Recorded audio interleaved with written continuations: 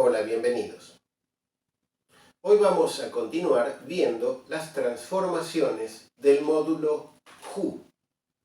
Tal como les había explicado en capítulos anteriores, he desarrollado una teoría de generación de módulos de simetría islámica basada en módulos canónicos. Es decir, mis modelos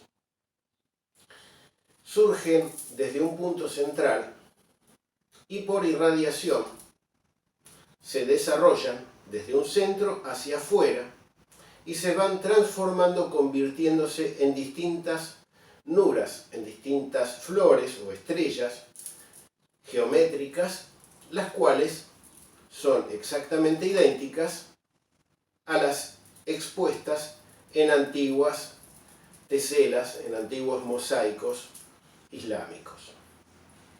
Es decir, no me baso en la regla y el compás, desarrollando desde fuera hacia adentro, sino de la generación central hacia el exterior. En este caso vamos a ver la transformación del módulo Hu en un módulo que llamo módulo Hu-D. A cada transformación le he asignado una letra. Tal letra es arbitraria. En este caso, la letra D no tiene ninguna significación específica. Sí va a ocurrir que todas las que sean el módulo tal terminado en D va a tener la misma operación de transformación. La letra D lo que está diciendo en este caso es cómo se transforma un pétalo del módulo en otro. De tal modo que hay una transformación A, una transformación B, C, D. En este caso vamos a ver la transformación D. Para eso iniciamos con el módulo Hu original. Siempre partimos del mismo punto. Y vamos a resaltar los límites del primer nivel de estrellamiento, que es una estrella de 8 también, por supuesto. Y sobre estos límites, esta es una manera fácil de poder entender cómo se resaltan las líneas rectoras del diseño. Sobre estos límites vamos a cruzar pares de líneas paralelas que atraviesan, que son subyacentes a tales límites. Así tenemos 4 pares de segmentos paralelos con los cuales podemos dividir en secciones al módulo Hu original. Sobre este módulo, ahora vamos a crear un límite poligonal. El límite que tiene el módulo Hu es una estrella de 8. Le vamos a agregar otro límite y es un octógono.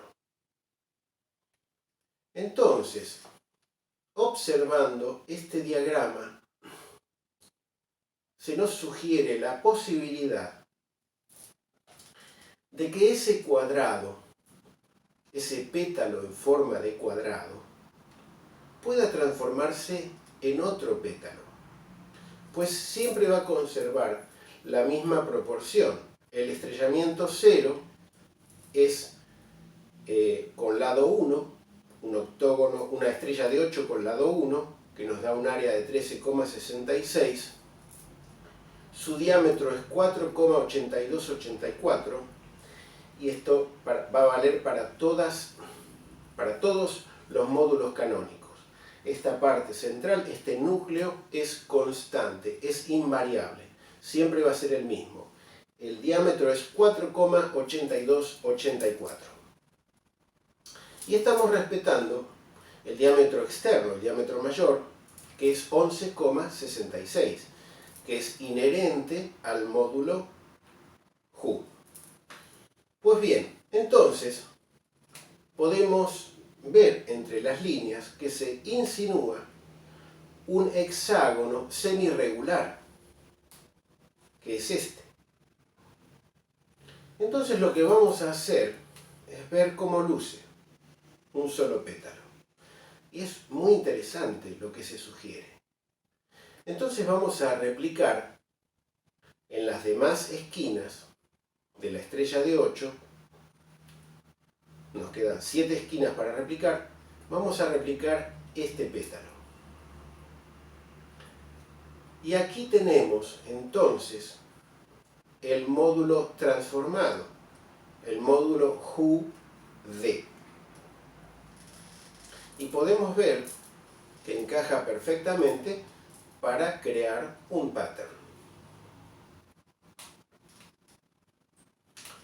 Ahora vamos a ver una transformación sobre esta transformación para generar otro módulo muy similar. Y está, por ejemplo, este está en el Palacio de la Casbah en Tánger, Marruecos. Entonces vamos a hacer crecer ese módulo transformado, módulo HU-D, le vamos a hacer crecer un tercer nivel de estrellamiento.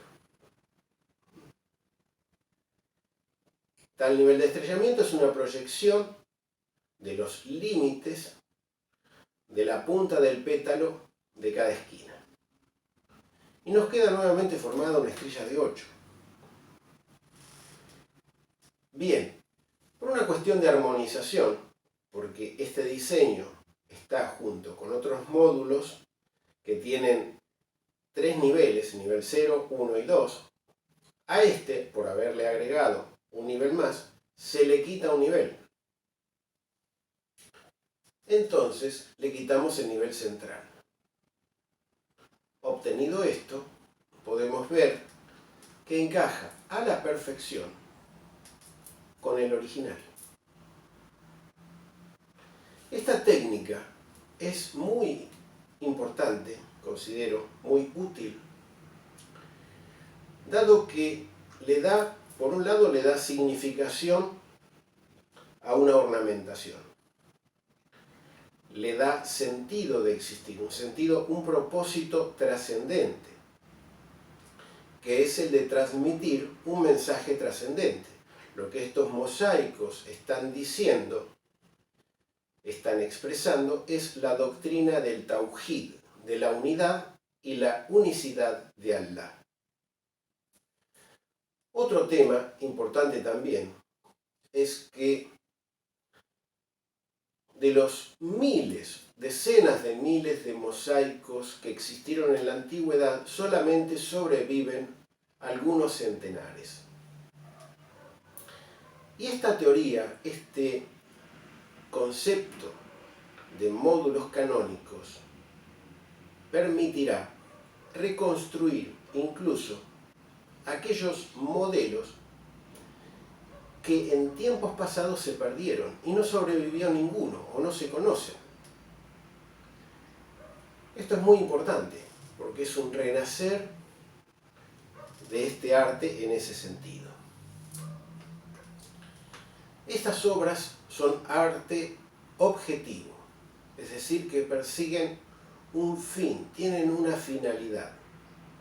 No es simplemente un ornato sin sentido.